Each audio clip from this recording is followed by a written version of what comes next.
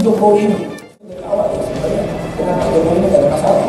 Dan dia juga sama saya kira nggak ada masalah. Tapi saya kok nangkep Pak Jokowi ini jahat hidupnya. Semua dia tabrak, semua dia langgar.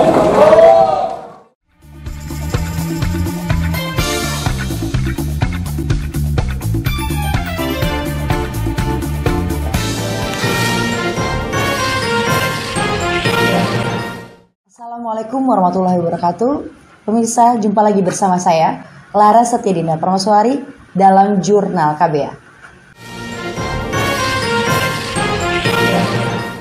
Tokoh Malari 1974, Dr. Hariman Siregar, menyatakan bahwa Jokowi adalah sosok yang jahat.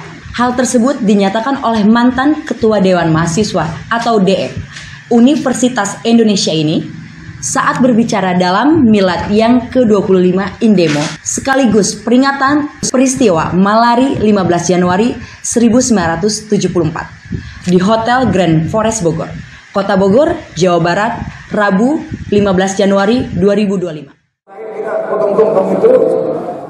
Tokoh dari Gerakan Mahasiswa Malapetaka 15 Januari tahun 1974 atau Malari 1974, yakni Hariman Siregar, mengaku bahwa awalnya dia sangat percaya kepada Joko Widodo alias Jokowi.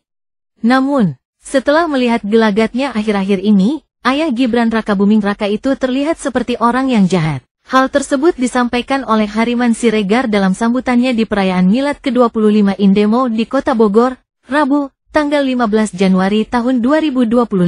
Kita juga mau demokrasi itu ada di Indonesia itu. Terutama, saya itu waktu pergantian presiden kemarin itu, saya pikir Oktober itu udah berubah Indonesia. Kan Jokowi ini, saya dari awal ya sebenarnya dengan Pak Jokowi ini nggak ada masalah. Dan dia juga sama saya kira nggak ada masalah. Tapi saya kok nangkep Pak Jokowi ini jahat hidupnya. Semua dia tabrak, semua dia langgar. Jadi, dan sampai hari ini juga ngapain masih cawe-cawe gitu. Saya nggak masuk akal saya dalam kesentif. Kalau dia diam, seperti saya banyak diam, orang akan rindu gitu. Kalau saya kira kalau Pak Jokowi keluar dengan keluarganya, dengan apanya, pasti orang senang. Seperti pengalaman saya dengan Pak Habibie, saya dekat Pak Habibie, terakhir aja, waktu Pak Habibie. Sebenarnya dekat si Jimli ini, dekat sekali. Cuman waktu Pak Habibie presiden, kok saya jadi dekat Jimli? Jimli selalu ngeluh itu, kok si Hariman menang dulu gitu loh.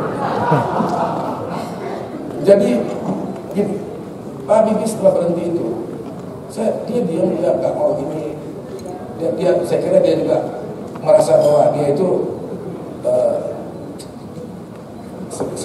kayak nggak diterima gitu, atau dianggap. Jadi dia pikir kita ini orang aneh gitu, nggak bisa ngargain dia gitu. Tapi setelah waktu dia meninggal itu, saya lihat semua orang datang ke makam. Saya nggak lihat tapi di TV katanya jalan ke sana penuh gitu. Jadi saya pikir Pak Habibie pada akhirnya, dan sekarang sering dipuji-puji dia, dulu maki-maki terus. Jadi kalau saya bilang sama demonstran, udahlah Habibie itu baik, tapi sebab itu kalau kacang panjang, kalau dipotong pendek tetap namanya kacang panjang. Jadi kalau anteknya Soeharto, biar tetap antek Soeharto, kan aja gitu. Jadi itu yang saya rasain. Diadili oleh rakyat Indonesia.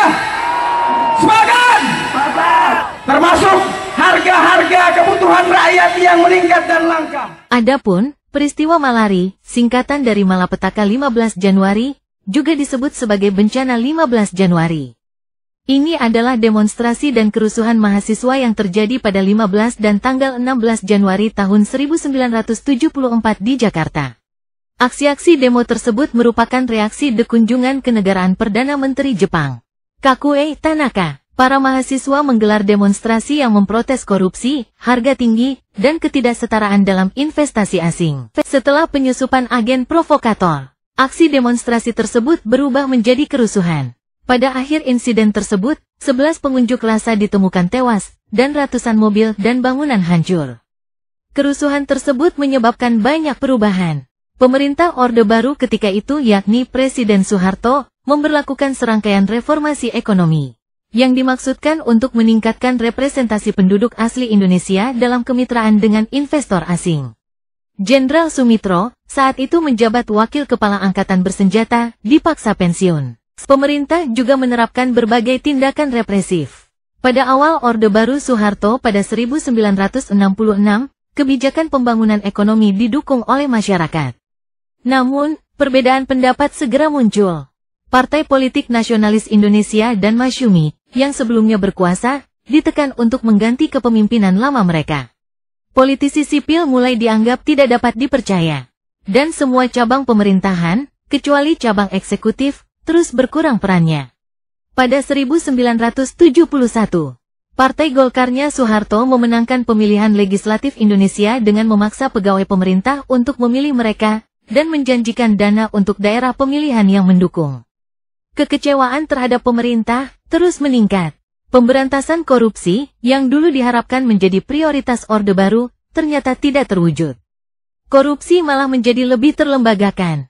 Kritikus tidak setuju dengan adanya Jenderal Keuangan, staf militer yang menggunakan hubungan mereka dengan etnis Tionghoa Indonesia untuk menjadi kaya.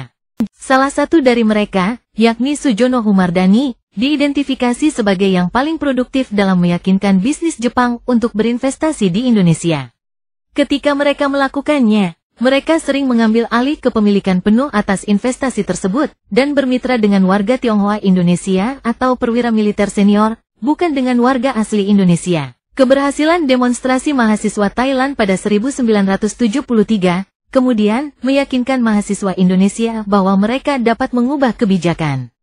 Pada tanggal 14 Januari tahun 1974, Perdana Menteri Jepang Kakuei Tanaka tiba untuk kunjungan kenegaraan. Tanggal 14 Januari 1974, Perdana Menteri Jepang Kakuei Tanaka tiba di lapangan terbang internasional Halim Perdana Kusuma, Jakarta.